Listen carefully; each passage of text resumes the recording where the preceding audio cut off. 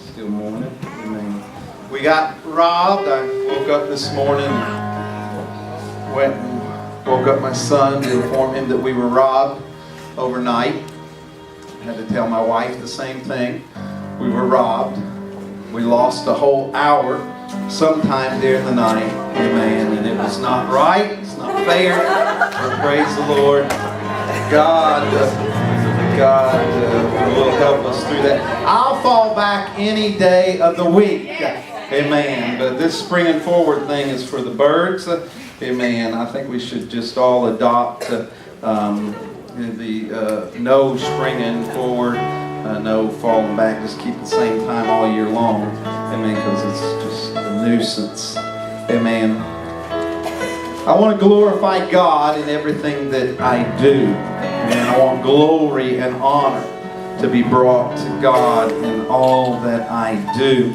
Amen. I felt for a few weeks to do something just a little bit different. And so today, that's what we're going to do. And we're going to glorify God. And I want you to be encouraged by what you hear today. Psalms 96 and 1 through 9. I want you to understand, we don't have to be eloquent, because I definitely am maybe eloquent maybe 5% of the time. The rest of the time I'm just plain, just out there. Nothing deep, amen, nothing fancy, amen. But God is not looking for anything deep or fancy. He's just looking for hearts and people that are willing to glorify Him. Amen. And so we are, somebody say, glorifying God. Psalms 96, 1 through 9, and it begins with sing to the Lord a new song, sing to the Lord all the earth. 1 Chronicles 16:23 says, sing to the Lord all the earth, proclaim good tidings of His salvation from day to day. Isaiah 42 and 12 says, let them give glory to the Lord and declare His praise in the coastland. Isaiah 43 and 5 says, do not fear, for I am with you. I will bring your offspring from the east and gather you from the west. Don't worry about anything. Amen. Isaiah 66 and 18 says, for I know their works and their thoughts, and the time is coming to gather all nations and all tongues, and they shall come and see my glory. As you step in this place today, you may think, well, there's nothing special about these people who are here. They're just common, everyday people. You won't see us on the nightly news. You won't see us featured on 60 Minutes or anything like that. You won't see us on the cover of Star magazine or Us magazine, or I probably will never be voted the sexiest man alive and be on People magazine. But you know, that's not what God is looking for. Can you say amen? Amen. I was listening. I really like I love music. I was listening to someone the other day who was saying it's just so exciting to be able to sing to my idols. And this was someone who was on a talent search type show, and their response was, I'm so excited to be able to sing to my idols, the people that I have idolized. Well, I am so thankful every time I gather in the house of the Lord that I can sing to my God. He's not an idol without hands or feet. He is a God, amen. And He's not some God that cannot hear me or cannot be reached by my infirmities. He knows me, amen. We go to John chapter 9 verse 1. We read of a miracle of Jesus. And as Jesus passed by, He saw a man which was blind from his birth, and His disciples asked Him, saying, Master, who did sin, this man or his parents, that he was born blind? And Jesus answered, neither hath this man sinned, nor his parents, but that the works of God should be made manifest in him. I must work the works of Him that sent me while it is day, and the night cometh when no man can work. As long as I am in the world, I am the light of the world. And when He had thus spoken, He spat on the ground, and He made clay of the spittle, and He anointed the eyes of the blind man with the clay. And he said, go unto him, go wash in the pool of Siloam. And he went his way, therefore, and he washed, and he came seeing. And the neighbors, therefore, they which before had seen him, that he was blind, said, it is not this he, is not this he that sat and begged? And some said, this is he. Others said, he is like him. But he said, I am he. Therefore said they unto him, how were thy eyes opened? And he answered and said, a man that is called Jesus made clay and anointed my eyes, and said unto me, go to the pool of Siloam and wash. And I went and washed, and I received my sight. Amen. A man named Jesus touched me, and I have been forever changed. Amen. Brother Joe, I want you to come up here this morning, and I have asked a few people to come and just share a word of testimony with us today to show that God is still working in people's lives. Can you say amen? Amen. And Brother Joe, if you would, let's welcome Brother Joe.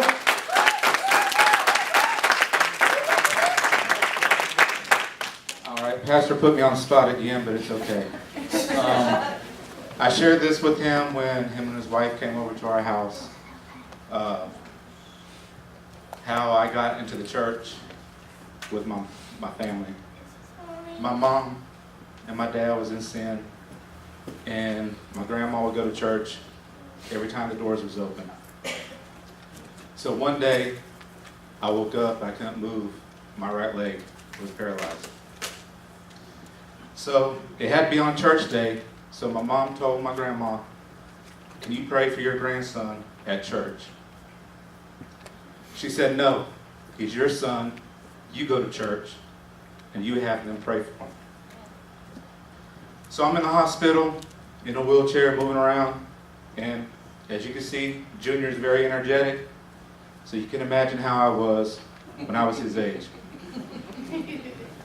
So I wasn't moving too much. My mom went to church, had me prayed for. That morning, I was running up and down the halls of the hospital. Praise God.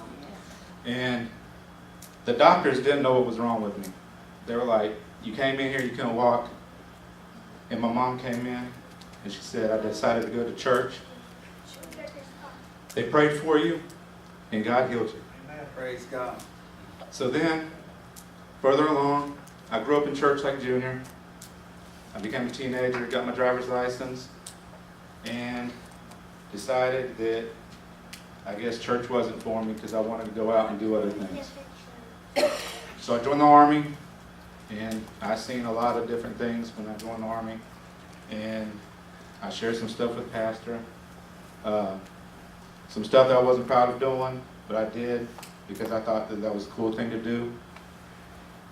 So I retired, started looking for a church, and this time my mom was looking for a church also. She got out of church when I joined the Army. And now she is in the Pentecostal church, the church that I grew up in. I started looking online. I started watching YouTube videos of this church. And I told my family that this is the church I need to go to. Many of y'all know I prayed right there Yes. for a year until I got the Holy Ghost again. Praise God.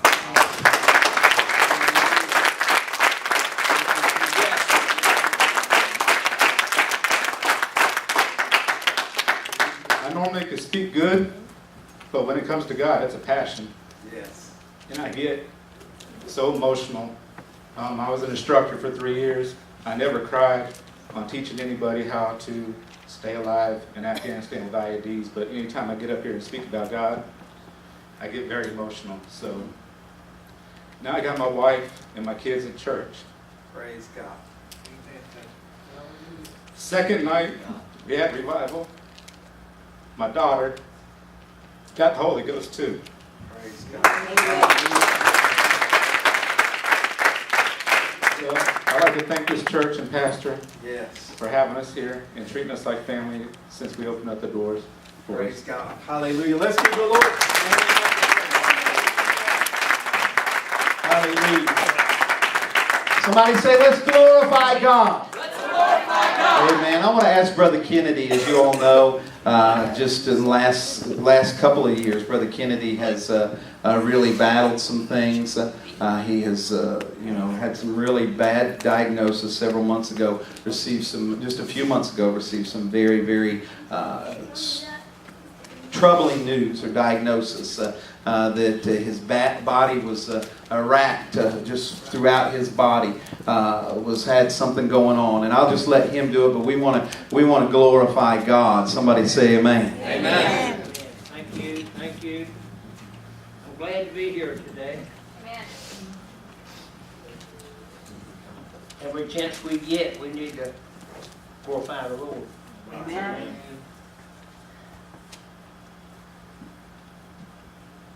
One day I'm going to be absent from this body, but then I'm going to be with God. But until then, we're going to keep on doing what we're supposed to do. Amen. As children of God, we try within ourselves to live what they call a holy life. In other words, it means separated. It means that we're not trying to sin any longer. But sometimes it slips, does it not? We don't do everything perfectly all the time. To be honest with you, I'm not a perfect man. I don't say everything just right, but I know that God's just right. And so, I've been sick, like the pastor said, for 2 or 3 years. This last sickness, I thought I was going to go home, which was okay. Now, he can come get me today if he wants to. I'm ready. Anytime he wants me to, but if he has need for me to be here, that's what I want to do. I want to do the will of God. That's what we're doing. The will of God. And so they checked me and they found these lymph nodes, they call it. Big as a raisin. You know what a raisin, a little raisin that you eat that are. They were all over my body, all over my chest, my back, sides, everywhere. And the doctor told me, says, hey, they tried to check me a couple times, I'd get sick again. And they couldn't check me. So finally at last they sent me to a specialist. But during all that time, I was never worried about the problem. Because God had my back. Amen. Amen. The things are going on in your life that you can't understand, God's there for you. And so I went to this doctor. And that's what he does. He checks out people with cancer. And he operates on them. Tries to help. But God's the real healer. We know that. And so I went to this doctor, and when I got there, I hadn't noticed before. I don't look at myself every day, I'm sorry. I comb my hair, that's it. But I had looked at my body and I see where those places were, because I had seen them often enough. But you don't be trying to find that kind of stuff anymore. When they say you got something bad and it's going to get you, finally, I'm not trying to look at it every day. But when I went to the doctor, here's what the doctor told me. He looked at me twice. And he shook his head. He said, they sent you here and your paper said that you had lymph nodes all over your body. But see, I'm supposed to cut one of those lymph nodes out and send it off. He said, I can't find any lymph nodes.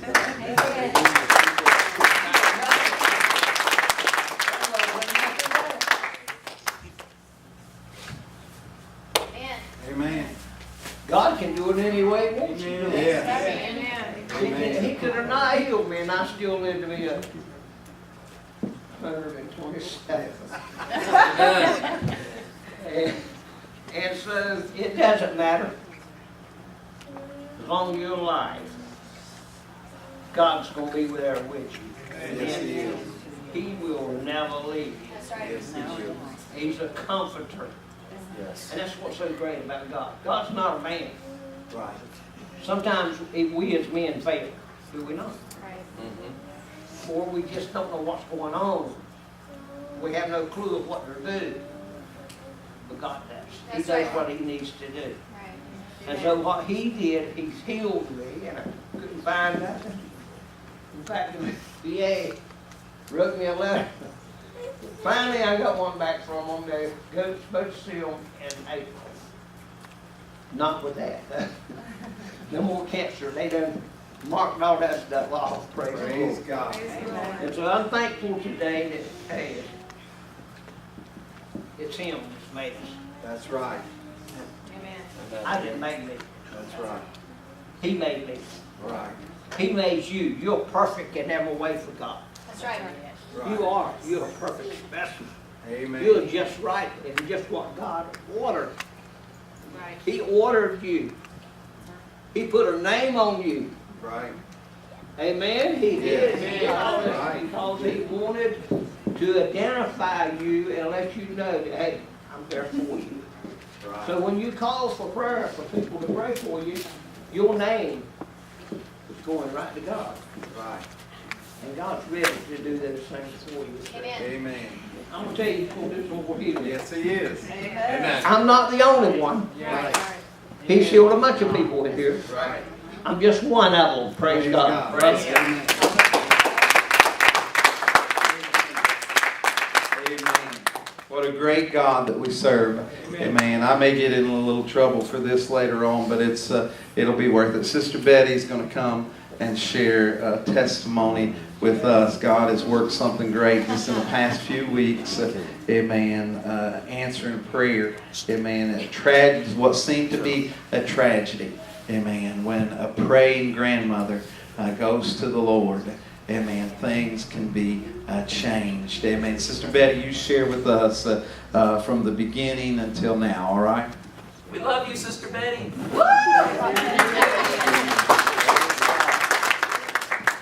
Well, I don't know if all of you know who I am, but I'm Sister Betty. And I want to thank God for everything He's done. My granddaughter, Kristen, she's been here a couple of times. Well, anyway, she got in a bad accident. Lord help her. And we got a call from the ambulance lady. Well, her mama was all to pieces, and I had to take the phone and talk to her. And she told us that she had wrecked over there near Hope Mills, between Rockfish, Hope Mills, something like that, on the Leslie Street or something. Gillis Hill. Yeah. Gillis Hill. And they had the roads blocked, and we got down there, and Stacy got out and told my daughter that who we were, and they let us go by there. And when we got there, the car, one of the wheels was warp-sided in the front, and the Jeep, her car flipped over, they said. One of the officers said her car flipped over. And the car wasn't on the right side, facing this way, it was on the other side. The Jeep was in the field that hit her. I don't know if she was drinking. I think she was. They don't know. And the car was hit in the back. She didn't have a door on this side. Or on the passenger side where she was driving, there was no door. It was tore up. If you'd have seen that car, you'd have said, well, she should have been dead. We seen the car, and her son come, and his girlfriend. And he got in the middle of the road on his knees. And I told him, I said, yeah, you better pray. And thank God she's living. Don't worry about the car. Even the officer told him, ma'am, you need to go on up there to the hospital with your daughter. And you can replace that car. And I said, yeah, tell her again. And I told her, I said, Stacy, you can get another car, but you can't get another Christmas. That's right. It don't matter how many illnesses you got. You cannot replace that child. That's right. And I just thank God, if y'all have seen that part, I just thank God that he kept his hands on her. He gave her another chance. Right. I don't know the reason. We'll never know, but God does. Right. Well, anyway, she went on to the hospital. Her son, Jerry, took her. And I went on home. And I prayed and I cried Yes. all the way there. And I told God, I said, God, I said, Lord, you the healer. That's right. That's right. And I said, God, I know you can heal her. Right. And you let her live for a reason. I know you did, God. Right. I said, God, it's prayers that kept her. I believe that. And I told God, I said, Lord, you can do anything. Yes. I said, you took care of me when I lost my dad, when I lost my brother. You helped me through this. Right. And I still have bad days, but I know a God that's got his hands on me. That's right. Amen. And I just thank God for everything he's done. He's an awesome God. Yes. He's a good God. Yes. And Yes. I just praise him and thank him. Amen. He healed Kristen. They took her to Fairburn Hospital. They had to take her to Chapel Hill. Yes. They had to do surgery on this side. I don't know if the bag hit her or when the car flipped over it. She had a piece of metal in her eye. They had to take out in glass. And for a couple of days, I prayed. And I called the pastor. And I told him to pray. And I asked y'all to pray. And I thank y'all for y'all's prayers. I really do. But most of all, I thank God. And a couple of days, first day she had to lay there. She could not move. It broke her pelvic bones in both places. And messed her eye up. They had to do surgery on her eye. She was cut up in her hip real bad. And her head had staples in it. It was real bad.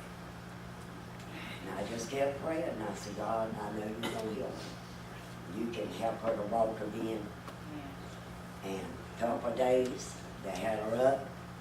She was taking little steps like that, little steps, but they had to help her. And her eye got better, started getting better. They had to put 3 different eye drops in her eye. And they changed the bandages and all. They got her up and started working with her. So they sent her to the you know that place? Yeah, where they do physical therapy. And they work with her for about 3 times out the day. No. And she's getting better. Her eye looks better. It was swollen. She was swollen real bad. And it cut over the ear too. They cut a gash on the ear. But God touched her. I know Yes. it did. Amen. There ain't no doubt in my mind. That's right. I said, y'all could just see the car. Right. And she's taking steps. She's got some illness in this leg, Right. but she can still walk. Praise Amen. And the staples, they took the staples out of her head. And I just want to thank God. God. Amen. And I got one more thing to say. All right. I went to the grocery store. Well, I had been heading saver. Well, it's IGA now instead of bakery. And I know this girl for a long time. She works back there at the bakery. And well, I went food line saver, and she was in there. And we was trying to hurry up and get out. And She said, come on, get behind me. And I got behind her and I had my little stuff in the bug and she had hers. And she paid for her stuff. And I was pulling my money out to pay for mine. And she took the card, her card, and paid for my stuff. Praise God. And I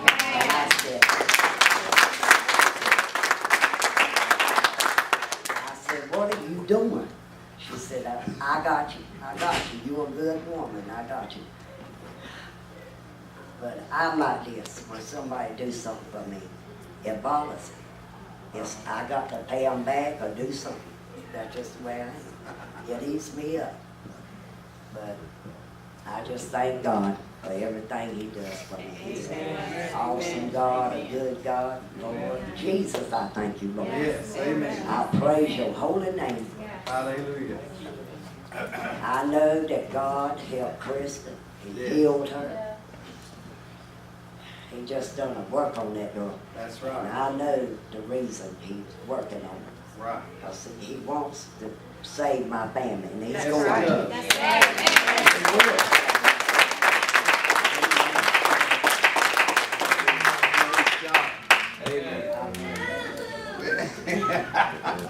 Amen. Let's give the Lord a hand clap of praise.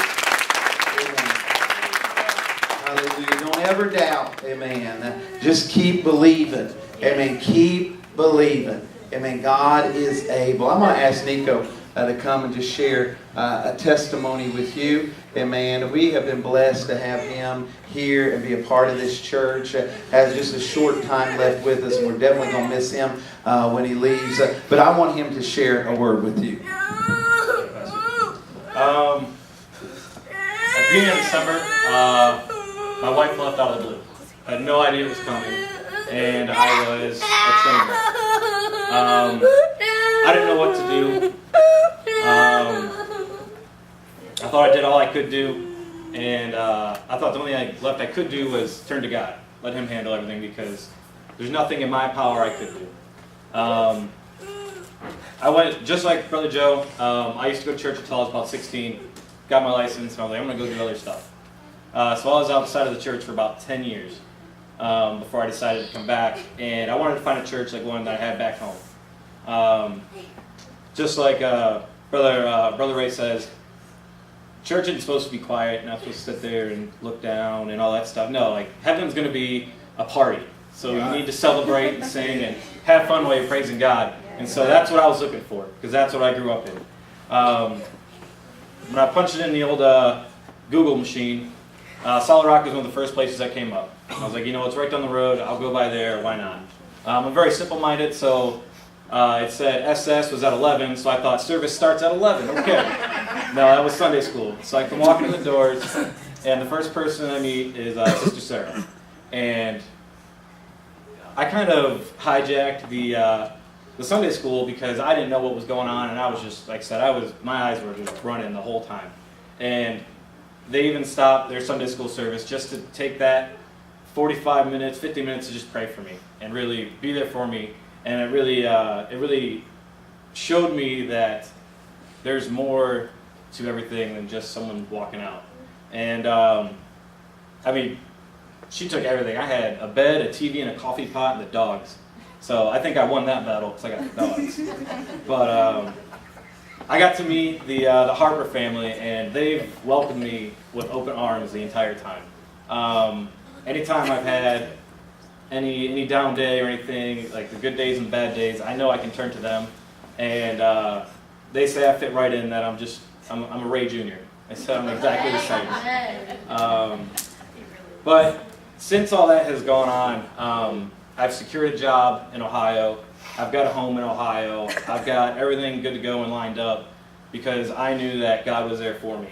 Right. When she left originally, everyone was like, hey, you have leave days, take them. Take your time, go home, be with your family. I was like, well, I'm not going anywhere. I'm staying here. I'm staying in my home. I'm not running from this problem. And at the time, I didn't know it, but after going through the Sunday school teachings, that was how I feel that was Jesus telling me, like, you built a foundation with me. We're not going anywhere. We're going to weather this storm. Right. We're going to stay right where we're at, and we're going to get through this. Amen. And He's just been by my side every day since then. good days and the bad days. I'm not afraid to show my feelings, so if I'm sad, I'll cry. And then in Sunday school today, we learned that it's okay to cry. You're supposed to. It's healthy for your eyes. And, but basically, my mom goes to church all the time, and she's been praying for me, and it made her feel really good that I told her about this place. She looked it up on Facebook and YouTube and everything, and she saw everything that goes on here. And I told her the other day, I think it was last week, I said, I don't know, Mom. I was like, I think the pastor and his two friends that came to preach, I was like, I think they follow me because every week it seems like they cover something that happened that week. Like it resembles me, and I'm looking out the corner, like out of my office at work, like, I know pastor's out there. But it's been a blessing coming here. It's going to be a real shame when I do leave. I won't leave till the end of April, so you guys are stuck with me till then. But yeah, I mean, without God, like I'd probably be sitting there in my house all alone and crying. But instead, I got a lovely church family. That's right. I've got all you guys here with me, and I praise God for that every day. Amen. Thank you. I want to ask all of you to stand to your feet today. Amen. I don't know where you are.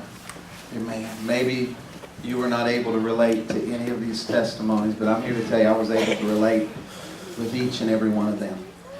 Would you bow your heads and close your eyes? Maybe you're going through something like these folks are or went through.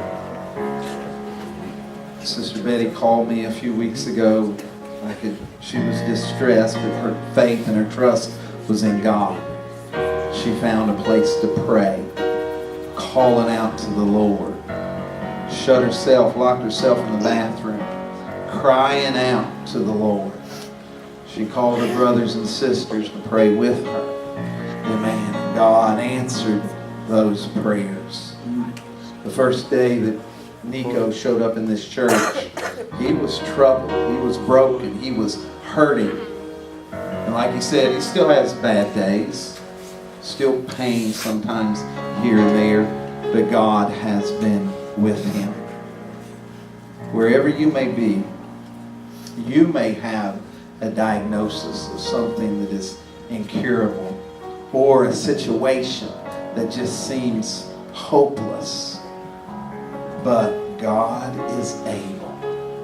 And if you will put your faith and your trust in him, I'll tell you today that he will reach down where you're at. If you'll just reach out to him, he'll reach down where you are. He's moved with compassion. I want to invite you to come down to this altar today, each and every one of us. If you're, I can't go down there. Well, okay. Stay where you're at, but put your mind upon the Lord. Maybe everything's okay in your life. Well, you need to glorify him for the blessings, for the hand, for all that he's done for you. I know each and every one of us can find a place to pray. I know there are situations in many lives here today that seem totally hopeless. Amen. And the question may be, well, what did I do wrong? You didn't do anything wrong. What did so-and-so do wrong to have this judgment cast upon them? Nobody did anything wrong. But God will be glorified if we will reach out to him today. Say, Lord, help me. Wherever you are, I want you to come down here. Whatever's going on in your life, if you'll come down here and open up your heart, your mind to the Lord. Amen. If you'll just reach out to him, trust me, God is going to reach out to you. Hallelujah, Lord God. Hallelujah, Lord. I praise you, God. I worship you, Lord Jesus, God. I praise you, Lord, in your name, God. I once was a captive heart, crying out like a fire alarm. Voice came and rescued me. You never stopped till I was found. You never tired calling out. The love is everything. Yes, Lord Jesus. Hallelujah. After all you've done in me, I'll be your hands and feet. Follow where you will lead. As I say, set my people free. Go into the world. Every boy and girl deserves to know a life far beyond the fight and reach, where there's no light or hope. So all the captives know, my enemies can see, that I will set my people free.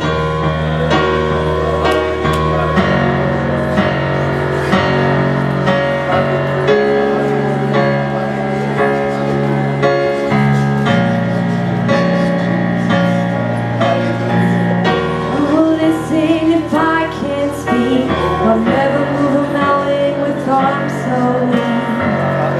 One word, you can make them fall. You never stopped till I was found. You never tired calling out. This love is everything.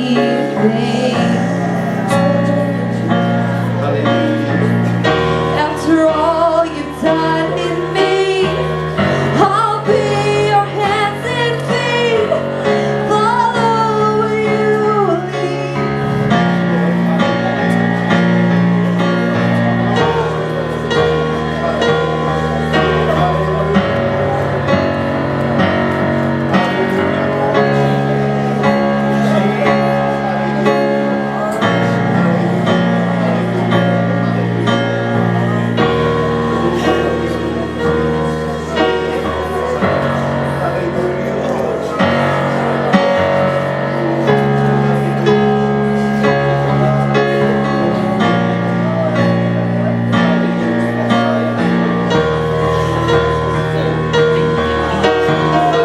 Allow the Spirit of the Lord to move through this place today. Hallelujah.